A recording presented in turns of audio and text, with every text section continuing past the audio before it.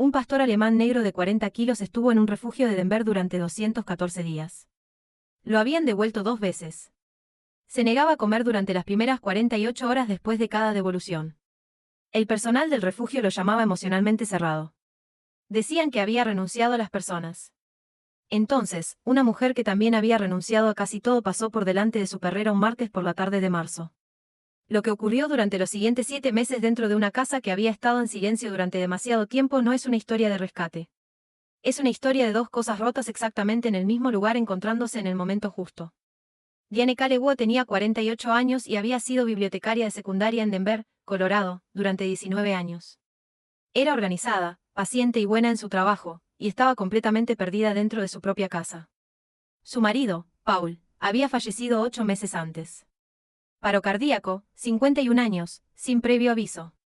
Ella había llegado a casa del trabajo un jueves por la noche de julio y lo encontró en la cocina. Y ese fue el final de la vida que había estado viviendo. Los meses siguientes fueron una especie de supervivencia que no parecía supervivencia desde fuera. Iba a trabajar. Volvía a casa. Comía cosas de la nevera de pie sin saborearlas. Dormía en la habitación de invitados porque no podía obligarse a acostarse en su lado de la cama. Respondía correos electrónicos y asentía en los momentos adecuados y superaba cada día cómo se atraviesa una habitación en llamas sin mirar las paredes. Su hermana Pam sugirió un perro en febrero. Dijo que le daría a Diane una razón para levantarse por la mañana. Diane dijo que ya tenía razones para levantarse. Se levantaba cada mañana. Pam dijo que lo sabía. Lo dijo de todos modos. En marzo, un sábado, Diane condujo hasta la Denver Dumfries League sin avisar y le preguntó a un voluntario llamado Marcus si podía recorrer las perreras sola. Él dijo que sí sin preguntar por qué. Ella pensaría en eso más tarde. Estaba en la perrera 31, un pastor alemán negro de 40 kilos con un pelaje que debería haber sido brillante y no lo era porque no comía lo suficiente para mantenerlo así.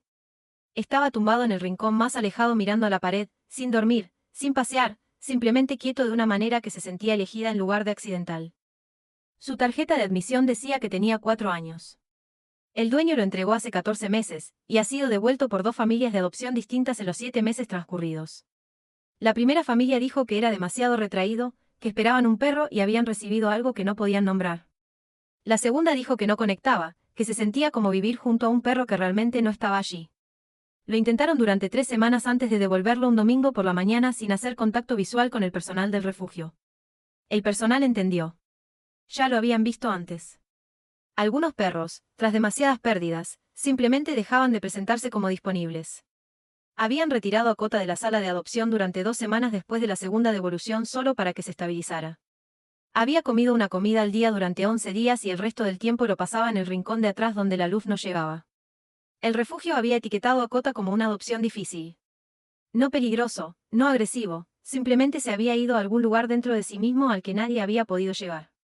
Diane se paró afuera de su perrera durante 11 minutos. Él no se dio la vuelta.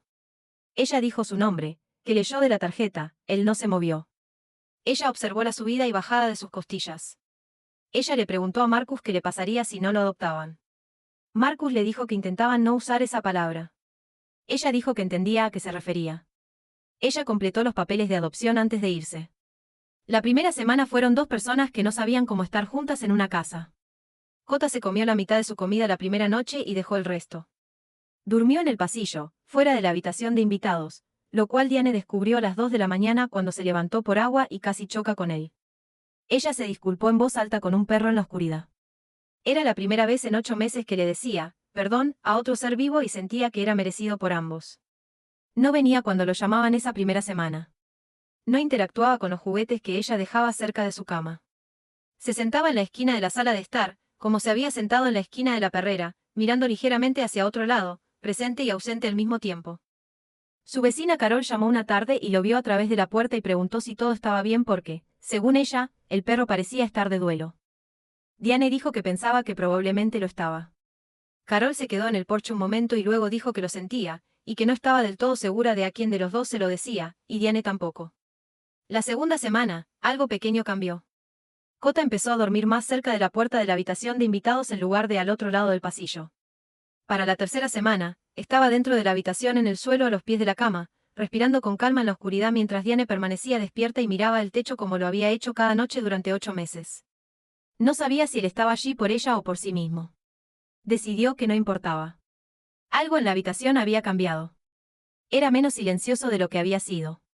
Eso era suficiente. Para Abril, tenían una rutina, no una planeada, una que se armó sola como lo hacen las rutinas cuando dos seres conviven el tiempo suficiente como para dejar de ser extraños. Diane lo notó primero un miércoles por la mañana cuando se dio cuenta de que no había tenido que pensar en ninguna parte de ella. Simplemente se había convertido en la forma de su día. Él esperaba en la entrada de la cocina cada mañana hasta que ella ponía la tetera, luego caminaba hacia su cuenco. Se sentaba junto al sofá por las tardes mientras ella leía, lo suficientemente cerca como para sentir su peso contra su pierna sin tocarlo directamente. Había empezado a comer comidas completas. Su pelaje había empezado a volver. Diane volvió a cocinar. Pequeñas cosas al principio, huevos, sopa de lata que calentaba bien, luego pasta. Luego, un domingo de mayo, una cena completa que le llevó 90 minutos y que comió en la mesa de la cocina por primera vez desde que Paul murió. Cota yacía debajo de la mesa mientras ella comía.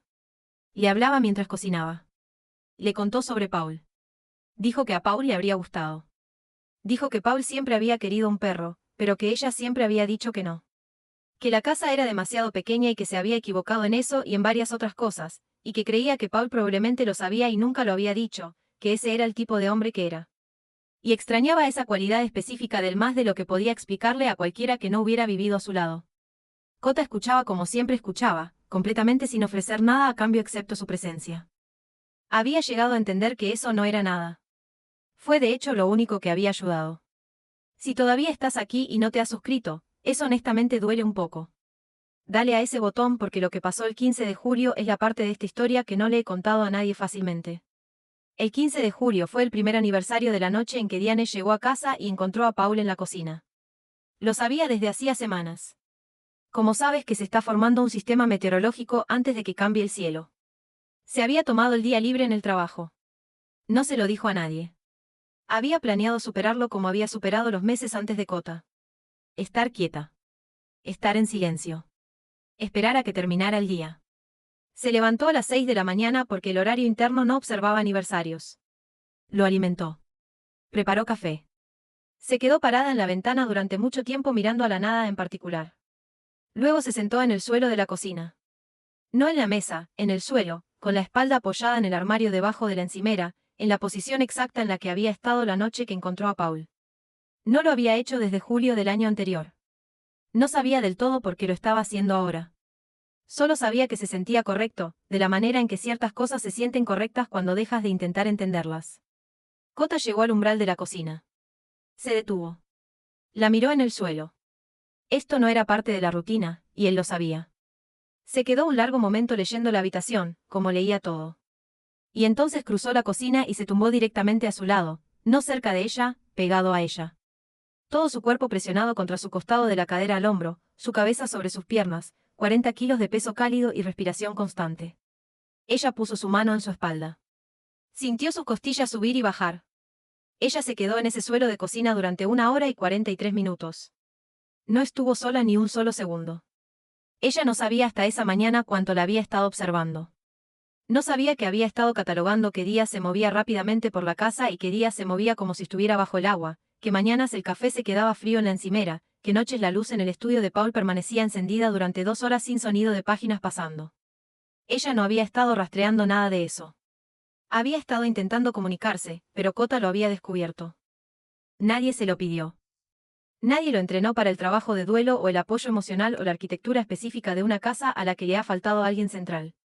Había llegado destrozado y había pasado 6 meses reconstruyéndose en silencio mientras la veía hacer lo mismo desde la esquina de cada habitación. Y el día que más importaba, sin una orden, sin una señal, sin ninguna explicación que él pudiera dar y ella pudiera entender, había venido y se había acostado a su lado en el suelo. Diane llamó a su hermana esa noche. Pam lloró. Diane dijo que creía que había malinterpretado todo el acuerdo desde el principio. Había cogido a Cota porque necesitaba algo que la mantuviera en movimiento. No había considerado que él podría estar haciendo el mismo cálculo a la inversa. Hoy, Cota tiene 5 años. Ahora duerme a los pies de la cama real en la habitación a la que Diane volvió en septiembre. Todavía espera en la puerta de la cocina cada mañana cuando se pone la tetera. Todavía se sienta al lado del sofá por las tardes.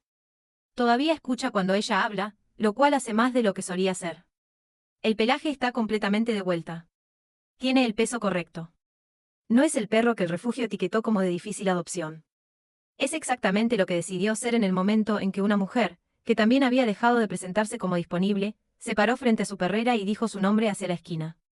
Si usted estaba considerando adoptar un perro que otros habían devuelto, que lleva una etiqueta, que se enfrenta a la pared y no se da la vuelta, por favor, considere esto. No están rotos de una manera que no se pueda alcanzar. A veces, simplemente están esperando a la persona específica que está rota en el mismo lugar porque esas son las únicas que entienden que estar quietos juntos es su propia forma de sanación. Puede que pienses que vas allí a rescatarlos. Puede que descubras que ellos tenían un plan completamente diferente. ¿Adoptarías un perro que dos familias ya habían devuelto o la etiqueta habría sido suficiente para que pasaras de largo? Dímelo en los comentarios.